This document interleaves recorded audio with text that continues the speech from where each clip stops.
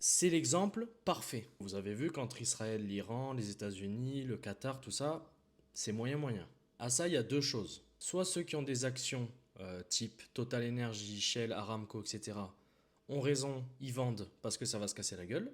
Ou alors, deuxième chose, il y a les visionnaires et ceux qui vont acheter justement ces actions parce que le prix du baril va monter. Jusqu'ici, je t'apprends rien, c'est l'offre et la demande en fait. Ce qu'il faut comprendre, c'est que le détroit d'Ormuz, là, dont tout le monde parle et que l'Iran va potentiellement fermer ou pas, ça va pas impacter que l'Iran. Dans ce détroit, il y a 20 à 30% de la production mondiale de pétrole qui y passe. Et ça veut aussi dire qu'il y a de l'exportation. Donc l'Arabie Saoudite, le Qatar, tous les pays pétroliers, là, ils exportent le pétrole via ces canaux. Donc mécaniquement, si l'offre diminue, que la demande reste stable ou augmente, les prix montent.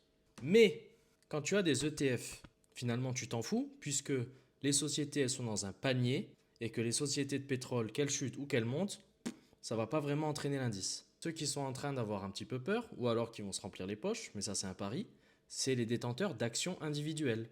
Mais ceux qui visent des stratégies long terme avec des ETF, donc des paniers d'entreprises, ils s'en foutent.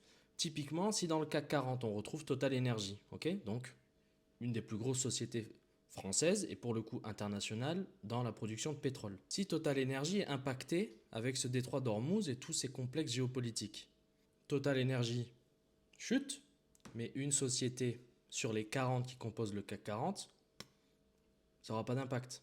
Là où ça peut venir problématique, c'est qu'on est tous, mais alors tous dépendants du pétrole. Et là, c'est un problème.